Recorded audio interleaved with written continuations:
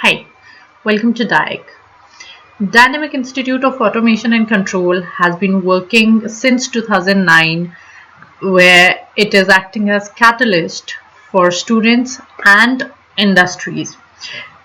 It is helping develop students the skill set that is required in industries, and for industry it is providing the manpower that they require to run their industry very smoothly. Moreover, Dynamic Institute of Automation and Control is also acting as a bridge for working professionals who wanted to grow up in their career from the state where they are. Right. So before getting into the demo session, so this is going to be industrial automation demo session. Because before getting into the session, I wanted to ask a question. What is automation and what is industrial automation? What is the difference between automation and industrial automation? So we'll be covering all these concepts here. What is automation? What is PLC? What was before PLC?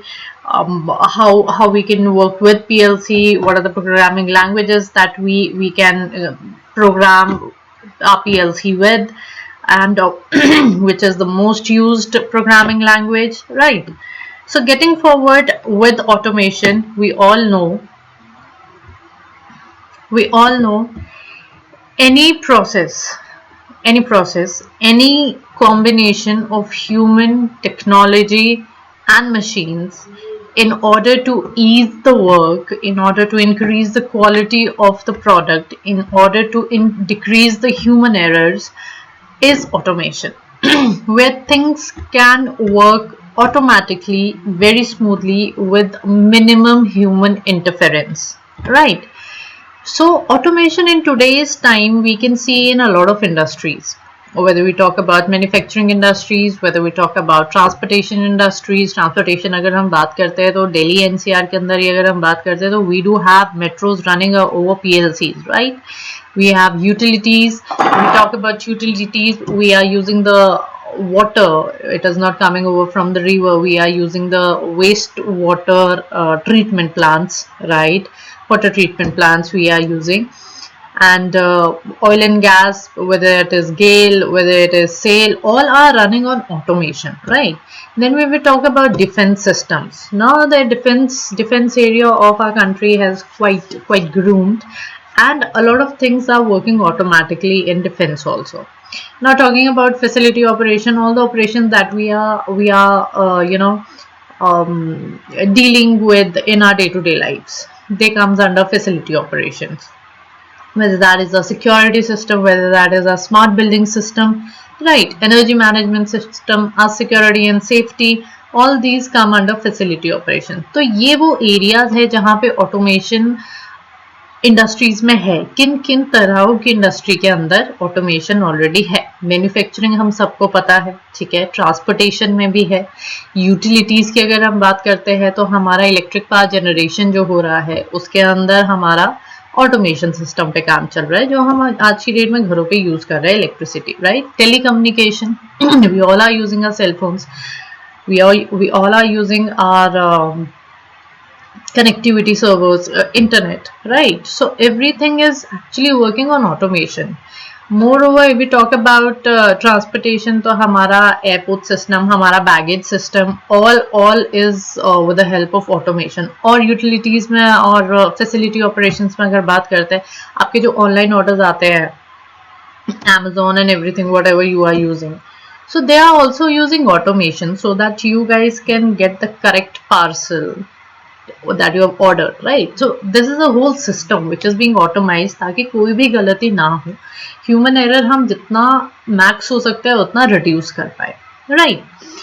Now talking about history of automation, how we reached till automation, let's start one by one. So initially सबसे पहले क्या था, when we started something,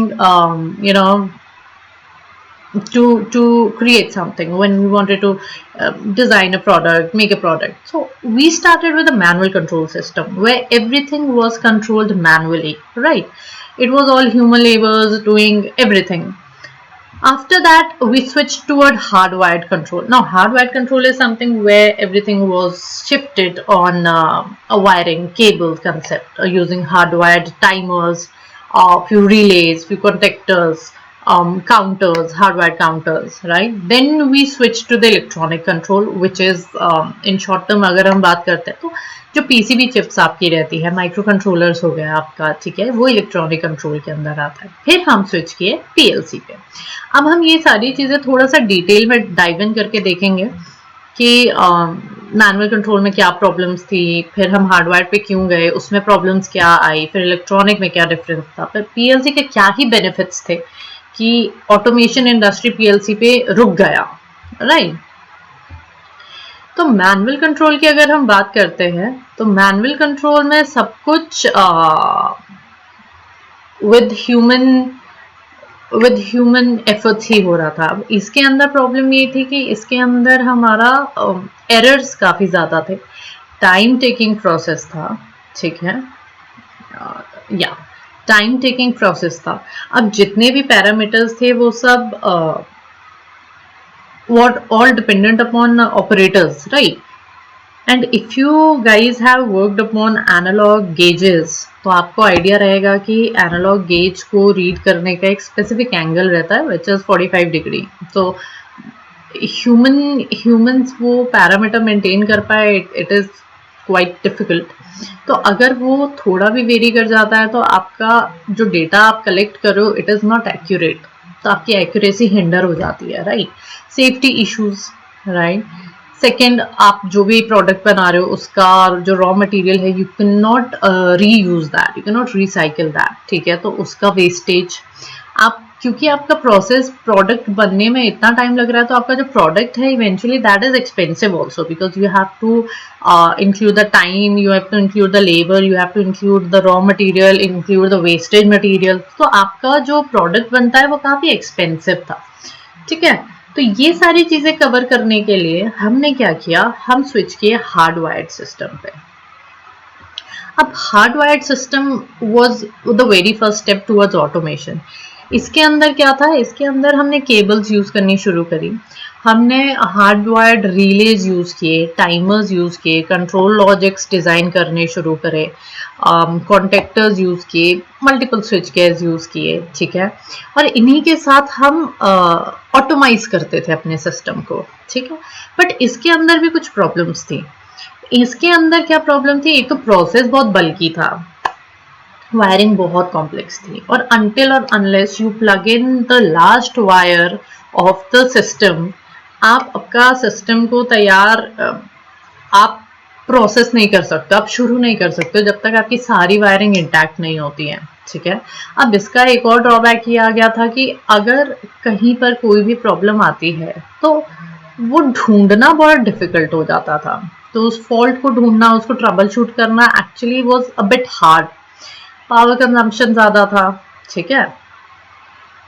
और इतना wiring system manage करना, start करना, बिल्कुल scratch से शुरू करना, तो ये प्रोजेक्ट टाइम टेकिंग था, ठीक है. इसमें टाइम लगता था, कोई भी प्रोजेक्ट पूरा करने में टाइम लगता था. Then we switch to electronic control. अब इलेक्ट्रॉनिक कंट्रोल के अंदर क्या था, अब इलेक्ट्रॉनिक कंट्रोल के अंदर ये जितना भी हमने वायरिंग वाला सिस्टम अभी देखा था वो सब एक छोटे से चिप पे आ गया था. अब इसके अंदर हम लॉजिक गेट्स यूज़ करना शुरू किए. लॉजिक गेट्स वही जो आपने 12th में पढ़े रहेंगे, लॉजिक गेट्स यूज़ करना शुरू किया. फॉर एन एग्जाम्पल, आप सब लोगों ने माइक्रो प्रोसेसर्स पे कभी ना कभी काम किया रहेगा, ठीक है.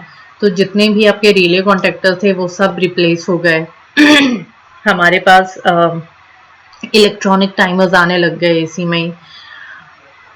अब इसके बेनिफिट्स काफ़ी ज़्यादा थे, रिलायबल था, मेंटेनेंस कम थी, ठीक है, ऑटोमेशन को काफ़ी और इफेक्टिव तरीके से हम कंट्रोल कर पा रहे थे.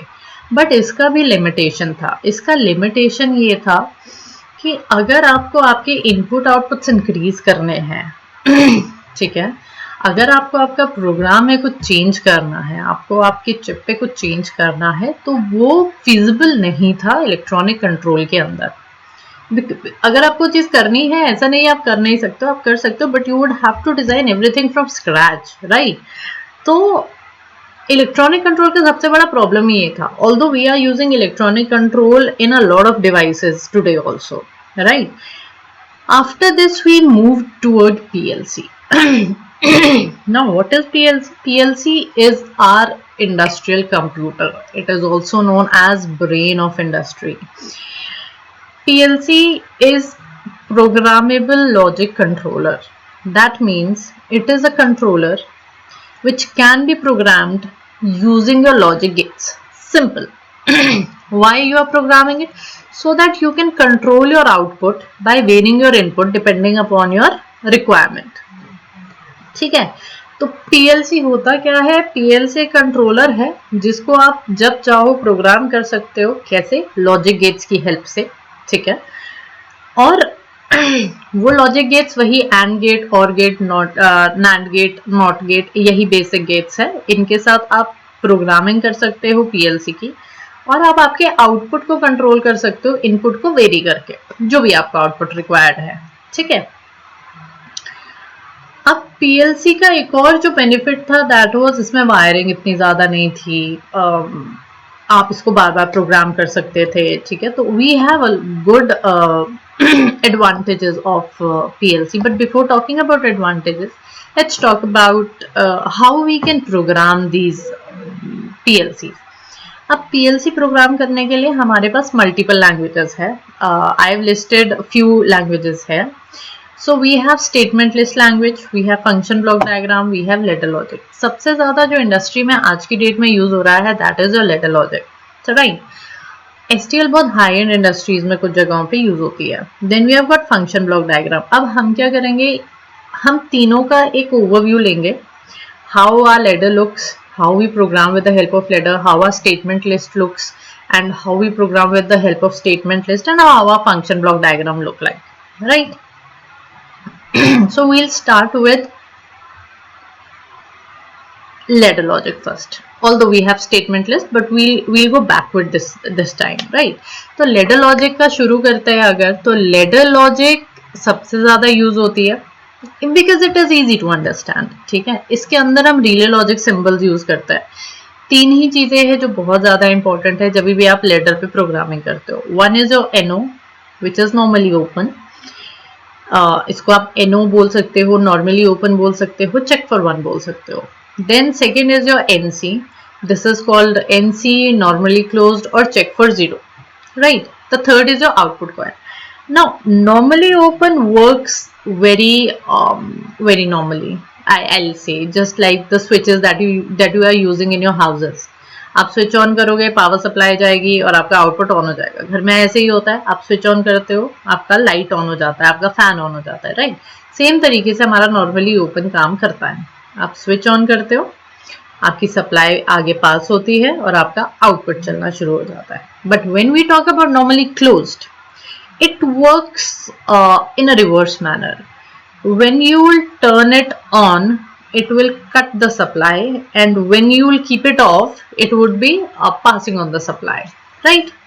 Now ये दो चीजें बहुत सिंपल है, बट यही दो चीजें बेसिक है पीएलसी के, पीएलसी प्रोग्रामिंग की.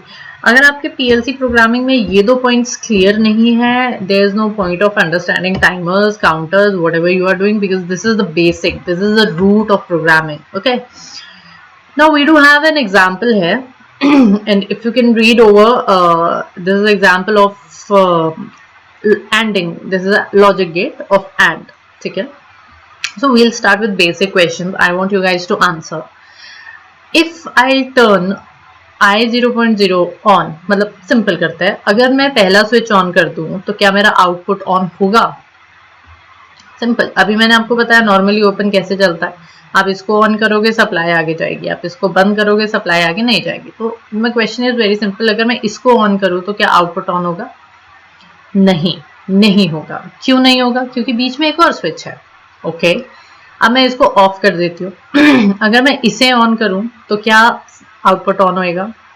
अगेन नहीं होगा. क्यों? क्योंकि यहाँ पे एक स्विच है जो ऑन नहीं है, तो दैट मीन्स हमारा सप्लाई यहाँ से आगे ही नहीं आया, तो इसके ऑन होने का कोई मोटिव ही नहीं है. राइट. नाउ थर्ड, अगर दोनों को ऑफ रखें तो क्या आउटपुट ऑन होएगा? Not at all. because why? It is normally open contact, NO contact है, इससे सप्लाई पास कराने के लिए इसका ऑन होना मैंडेटरी है. Now if I turn this on and this on, तो हमारा आउटपुट ऑन होएगा. यस, डेफिनेटली हमारा आउटपुट ऑन होएगा, राइट. तो अगर हम ये सेम चीज 0-1 की फॉर्म में बात करें, बाइनरी की फॉर्म में बात करें, since you know computer, all the computers are working in a binary language, 0 and 1, true and false, right, on and off. तो अभी हमने ऑन एंड ऑफ बात की. अब हम इसको अगर 0-1 की फॉर्म में बात करते हैं तो ये 0-1 की फॉर्म में कुछ ऐसा होगा. अगर ये स्विच ऑफ है, ये स्विच ऑफ है, तो हम इसको 0 और इसको 0 कह सकते हैं. तो आउटपुट भी क्या होएगा? 0. अगर ये 0 और ये 1 है तो आउटपुट क्या आएगा? अगेन 0. अगर ये 1 और ये 0 है तो आउटपुट क्या आएगा? 0. अगर ये 1 और ये 1 है तो आउटपुट क्या आएगा हमारा? 1, राइट. अब जो ये टेबल बना है, अगर आप इसको लिखोगे तो आपको समझ आएगा ये जो टेबल है ये एक्चुअली एंड गेट का ट्रुथ टेबल है, राइट. तो ऐसे ही हम लॉजिक गेट्स के ट्रुथ टेबल्स यूज करके हम प्रोग्रामिंग करते हैं. अब पीछे अगर चलते हैं FBD की तरफ, तो this is a function block diagram. इसके अंदर क्या रहता है? हम लोगों के पास कुछ ब्लॉक्स रहते हैं, सिंबल ब्लॉक्स रहते हैं, ठीक है. हम उस सिंबल ब्लॉक्स को सिंपली ड्रैग एंड ड्रॉप करके छोड़ देते हैं हमारे नेटवर्क पे. उसके अंदर इनपुट्स डालते हैं, उसके साथ एक आउटपुट ब्लॉक कनेक्ट करते हैं और उसका एड्रेस डालते हैं and our program is ready to execute, right. STL is a bit different. STL में क्या रहता है? STL में हमें कुछ निमोनिक्स याद करने पड़ते हैं. इसमें एक्चुअली कोडिंग करनी पड़ती है. कुछ निमोनिक्स हमें याद करने रहते हैं और वो निमोनिक्स याद करके हम प्रोग्राम लिखते हैं. अब जैसे सिंपल अगर बात करते हैं, I here stands for input and Q here stands for output. Okay, so this is our bit area address कि हम कहाँ पे स्टोर कर रहे हैं. तो हमारे पास यहाँ क्या हो रहा है? हमारा एक इनपुट है I0.0, एक दूसरा इनपुट है I0.0 और आउटपुट आ रहा है Q0.0 पे, राइट. अब यहाँ पे A लिखा है, equal to we understand is result. यहाँ पे A लिखा है, A का मतलब क्या है? And gate, right. और अगर आप एक गेट कोड कर रहे हो STL में विच इज और गेट, तो आप A की जगह क्या लिखोगे? O लिखोगे, ठीक है. अभी आप जो A यूज कर रहे हो, अभी सिंपल AI 0.0 है, ठीक है. लेडर में हमें टाइप समझ आ रहा था कि NO टाइप है या NC टाइप है, राइट. यहाँ पे how we'll understand whether it is NO type और it is NC type. So for that we do use N here. If I wanted to use it with the NC, so it will be AN here, right. तो ऐसे ही कुछ mnemonics होते हैं जो आपको याद रखने पड़ते हैं कि प्रोग्रामिंग करते हुए हमें क्या चेंजेस करने हैं, कहाँ पे ब्रैकेट लगेगा, O का मतलब क्या है, ठीक है, T का मतलब क्या है. तो ऐसे हमें ये चीजें याद रखनी पड़ती है. तो that is the reason statement list is a bit complicated as compare to a ladder. A letter is easy to understand, right. Now talking about few advantages of PLC. सबसे बड़ा एडवांटेज PLC का, ये programmable है और ये reprogrammable है. That means अगर आपने एक बार प्रोग्राम कर लिया और आपको कुछ चेंजेस करने हैं, you can easily reprogram that PLC. आप इसके अंदर कोई भी कॉम्प्लेक्स लॉजिक बिना कॉम्प्लेक्स वायरिंग के कर सकते हो as compare to a hardwired system.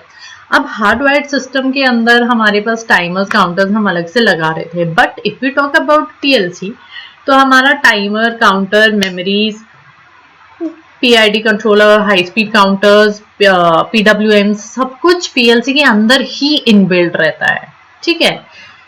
Next हम इसके साथ सेंसर्स भी कनेक्ट कर सकते हैं, analogue, digital, whatever type of sensors, okay.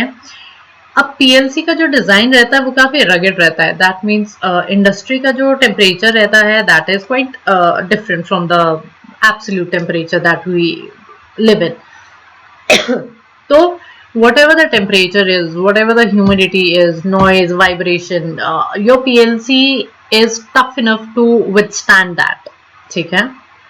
If we talk about simple Siemens की अगर PLC की बात करते हैं टेम्परेचर रेंज की, so it can go up to -40 degree to +70 degree, ठीक है.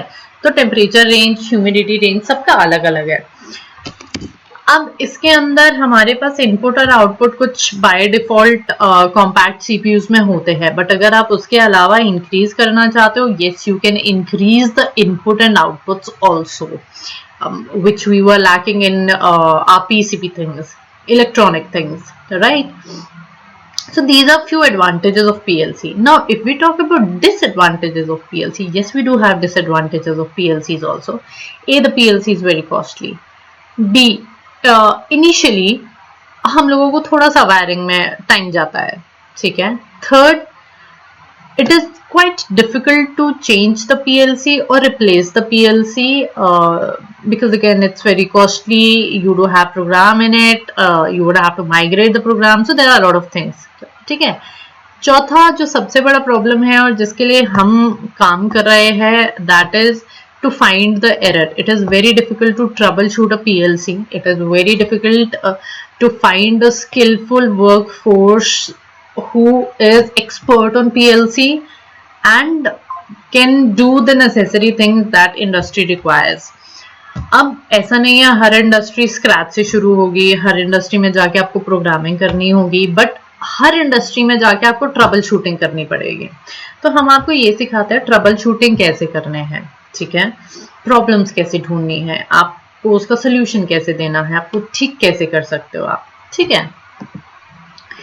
Then we do have few variants of PLCs. अब ये जो PLCs है, ये सारी PLCs हमारी Siemens की PLCs है. We are working with a lot of brands. We are working with Siemens, we are working with Schneider, we are working with Mitsubishi, we are working with Ellen Bradley, we are working with ABB, we are working with Delta. तो हम लोग हर brand का PLC cover करता है. But specifically if there is someone जिसको PLC सीखना है बट आइडिया नहीं कौन से ब्रांड का PLC सीखना है, तो उन्हें हम सजेस्ट करते हैं to go for Siemens. Why Siemens? The topmost reason is कि ग्लोबली डोमिनेटिंग कंपनी जो ऑटोमेशन में आज की डेट में है, दैट इज Siemens, ठीक है. आपको मेजॉरिटी ऑफ प्लांट्स में जो प्रोडक्ट्स यूज मिलेंगे that would of of Siemens. Industry जिस सॉफ्टवेयर प्लेटफॉर्म पे आज की डेट में शिफ्ट कर रही है, that is again launched by Siemens, ठीक है. तो हमारा मेजर रीजन जो स्टूडेंट्स को या फिर किसी को भी Siemens पिच करने का रहता है, वो यही रहता है. Other than that we are dealing with lot different brands also. Fine. Now talking about Siemens PLCs, Siemens का S7 सीरीज चल रहा है अभी मार्केट में. S7 से पहले जो सीरीज था that was S5, right. S7 series के अंदर सबसे पहले जो सॉफ्टवेयर लॉन्च सबसे पहले जो PLC लॉन्च हुआ दैट वाज लोगो PLC.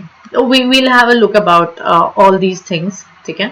सबसे पहले जो लॉन्च हुआ था that was logo PLC. Now logo PLC के लिए जो सॉफ्टवेयर चाहिए था that was logo soft comfort. Now logo is completely obsolete from the market. You will find it in very few projects, very minimal projects. Then we have S7-200 Smart. Okay, one thing making very clear, these are not in the sequential of launching. कौन सा PLC कब आया था उस हिसाब से launch नहीं है, ये उस हिसाब से मेंशन नहीं है. These are just the random process. But अगर हम लॉन्च के हिसाब से देखते हैं तो सबसे पहले लोगो आया था, फिर हमारा 200, 300, 400, 1200, 1500, 200 स्मार्ट, ठीक है. नाउ S7-200 स्मार्ट के लिए जो सॉफ्टवेयर चाहिए वो हमारा माइक्रोवेन स्मार्ट है. फिर हम लोग के पास 200 है. 200 के लिए जो सॉफ्टवेयर चाहिए दैट इज आर माइक्रोवेन. 1200 के लिए we do require TI portal. 300 के लिए we require semantic manager. S7 1500 के लिए again we do require TI portal which is step 7 professional. 1200 के लिए it was step 7 basic. S7 400 के लिए हमें चाहिए वापस से सिमेटिक मैनेजर, ठीक है.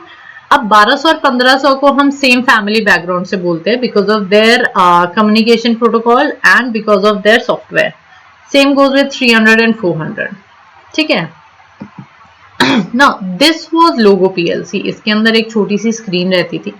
24 digital input, 20 digital output, 8 analogue input, 8 analogue output. इसके अलावा अगर आपको एक्सपैंड करना है, आपके पास एक्सपेंशन की कैपेबिलिटीज नहीं थी, ठीक है. तो अगर आपका प्रोजेक्ट इतना छोटा है, 24 डिजिटल इनपुट, 20 डिजिटल आउटपुट में you can wrap it up. you can go for logo PLC. But if you are having option of increasing your input and output, you do not get that support from logo PLC, right? फिर उसका हम लोगों के पास communication protocol भी है.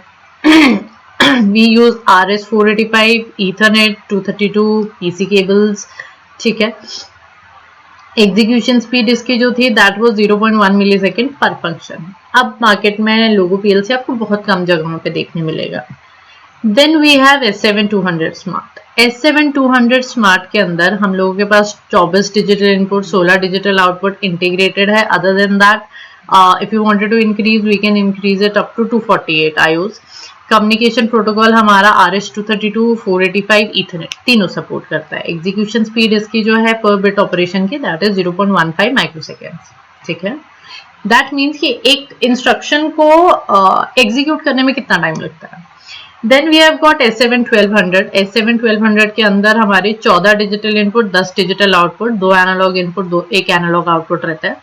और इसके अलावा अगर हम इसको एक्सपैंड करना चाहे तो we can expand it up to 256 IOs. Now talking about 14 digital input and 10 digital output, it is not mandatory कि 200 के हर CPU में ऐसा हो, ठीक है. 200 के भी अलग वेरिएंट्स है, अलग मॉड्यूल्स है, तो सबके अंदर अलग है. This is just idea, right. Communication protocol, it does support PPI, point-to-point interface. It does support multi-point interface. So we do use RS232, RS485, and Ethernet also. Execution speed 0.22 microsecond per bit operation. ठीक है. Then we have got 1200. 1200 is a PLC जो market में बहुत ज़्यादा जगहों पे use हो रही है. Reason for using it at a lot of places is it's very versatile, it's very scalable. तो आपको छोटा प्लांट है, छोटा प्रोजेक्ट है, वो छोटा प्रोजेक्ट को आपको स्केल करके बड़ा करना है, उस इंडस्ट्री को और ग्रो करना है, स्केल करना है. You can easily do that with S7-1200, right. You can see this integrated capability of input and output is around 2048. तो you can go up to 2048. Communication protocol Profinet, ठीक है. But ऐसा भी नहीं है कि सिर्फ Profinet पे चलेगा, Profibus पे चलाना, आप अलग से कम्युनिकेशन मॉड्यूल लगा लेते हो, ठीक है. एग्जीक्यूशन स्पीड 0.08 माइक्रोसेकंड पर bit operation, fine. Then we have got 300. अब 300 के अंदर क्या है, 300 इंडस्ट्रीज में जहां पे यूज होती है. 300 बेसिकली दो वेरिएंट्स में आती है, स्टैंडर्ड और कॉम्पैक्ट. कॉम्पैक्ट वो PLCs होते हैं जिसमें CPU के साथ ही कुछ इनपुट रहते हैं, कुछ आउटपुट रहते हैं, कुछ एनालॉग इनपुट होते हैं, कुछ एनालॉग आउटपुट होते हैं, पावर सप्लाई कनेक्टेड होती है उसी में ही, अलग से ऐड नहीं करनी पड़ती, ठीक है. स्टैंडर्ड PLC क्या होती है कि वे CPU is just a CPU, it is just to processing. आपको पावर सप्लाई अलग से ऐड करना पड़ेगा, आपको डिजिटल इनपुट अलग से ऐड करने पड़ेंगे, एनालॉग आउटपुट अलग से ऐड करने पड़ेंगे, आपको जो भी चाहिए आपको अलग से सब ऐड करना रहता है, ठीक है. तो इसकी expanding capacity is 1024 IOs. Now communication protocol जो ये यूज करता है that is multi point interface. Execution speed जो है दैट इज 0.01 माइक्रोसेकेंड्स, फाइन. ये जो ब्लू कलर का यहाँ पे बार सा दिख रहा है, this is your memory card. इसको हम SMC कहते हैं, Simatic memory card. Simatic memory card can be seen in S7-300, S7-1200, S7-1500. Then 200 के अंदर हम माइक्रो SD कार्ड यूज करते हैं, ठीक है. S7-400 के अंदर भी हम मेमोरी कार्ड यूज करते हैं एक, ठीक है. Then this is your S7-1500. Only 2 variants of CPUs are there with Siemens जिसके अंदर कुछ डिस्प्ले था, which is logo and S7-1500. Now this is S7-1500 PLC. इसके अंदर बाय डिफॉल्ट कॉम्पैक्ट की बात करते हैं तो 14 डिजिटल इनपुट, 16 डिजिटल आउटपुट रहता है, 5 और 2 एनालॉग इनपुट आउटपुट्स रहते हैं. अगर हम इसको एक्सपैंड करना चाहे तो हम इसको 2,62,144 डिजिटल इनपुट्स तक, डिजिटल चैनल्स तक, और 16,384 एनालॉग चैनल्स तक यूज कर सकते हैं. S7-4 is the advance PLC of Siemens, ठीक है. Now this screen can be used for diagnostics, for troubleshooting. तो आपका जो भी minimal troubleshooting और diagnostics रहते हैं हम वो इसी स्क्रीन पर से कर लेते हैं, हमें लैपटॉप की ज़रूरत नहीं रहती. And this is removable. आप ये स्क्रीन वाला पार्ट रिमूव भी कर सकते हो as a mobile phone, like a mobile phone, right. तो इसके अंदर ये टच पैनल रहता है. Right, this can be operated with your keypads. ठीक है. Now we have communication protocol, which is again Profinet or Industrial Ethernet, और इसका execution speed जो है that is 0.06 microsecond. Now this is an era of AI, and if we talk about AI, S7 1500 do have a module which is AI based. ठीक है. So we can see where the PLCs are going. Then comes S7 400. ठीक है. S7 400 is a PLC जो compact में आती नहीं है. It just comes in standard variant. ठीक है. That means इसका सिर्फ CPU आता है, पावर सप्लाई अलग से लगानी रहती है, इनपुट अलग से लगाने हैं, आउटपुट अलग से लगाना है, एनालॉग्स अलग से लगाना है, जो भी आपका रिक्वायरमेंट है. ठीक है. इसके अंदर डिजिटल चैनल्स आप मैक्सिमम 32,768 यूज कर सकते हो और एनालॉग 2048 यूज कर सकते हो. कम्युनिकेशन प्रोटोकॉल अगेन इसका मल्टी पॉइंट इंटरफेस है, बट दोनों का बॉर्डर रेट अलग रहता है 300 और 400 का, 1.5 Mbps. ठीक है. Execution speed 0.075 microsecond. ना S7 400 बहुत ही वास्ट इंडस्ट्रीज में यूज होता है. S7 1500 अगेन बहुत ही वास्ट इंडस्ट्रीज में यूज होता है. जो हर इंडस्ट्री में आज की डेट में यूज हो रहा है that is S7 1200. whether that is a small scale industry, whether it is a large scale industry, अगर आपको 1200 से स्विच करके 1500 पे जाना है, you can easily migrate your project. तो market is again, if I say, is booming with S7 1200. और इसके लिए जो सॉफ्टवेयर हम यूज करते हैं that is TI Portal. So again TI Portal is also dominating the industry today. ठीक है. Everybody is trying to migrate their project on Portal because it's easy as compared to rest of the softwares. अब बहुत सारे softwares में क्या रहता है, बहुत सारे brands में क्या रहता है, कम्युनिकेशन के लिए अलग सॉफ्टवेयर इंस्टॉल करो, राइट, प्रोग्रामिंग के लिए अलग सॉफ्टवेयर इंस्टॉल करो, ड्राइव्स के लिए आपको अलग सॉफ्टवेयर इंस्टॉल करना रहता है. बट TI पोर्टल का the most beautiful thing is it is an engineering framework of Siemens. Now, when we talk about engineering framework of Siemens, that means एक ही फ्रेमवर्क है जिसके अंदर हम मल्टीपल सॉफ्टवेयर इंस्टॉल कर सकते हैं. We can program PLC, we can program S7 300, 1200, 400, 1500, ET200. ये सारी PLCs आप प्रोग्राम कर सकते हो TI पोर्टल के अंदर ही. You can program HMI in TI portal, you can program SCADA in TI portal, you can design HMI in SCADA, you can see the runtime, you can do the simulation, and you can do the drive thing in TI portal. तो एक ही framework है जिसके अंदर आप software install करते हो for every module that is required for automation. इसीलिए TI portal is totally integrated automation. That means whatever modules that are required for automation has been delivered to a same platform, right? So this was all. Now for the next session we'll be covering S7 1200 PLC hardware configuration in detail. Thank you. Hope we will connect one-to-one. We are offering one-to-one live sessions for training, right? And for any queries, you guys can contact the number which is mentioned in the site, on the site.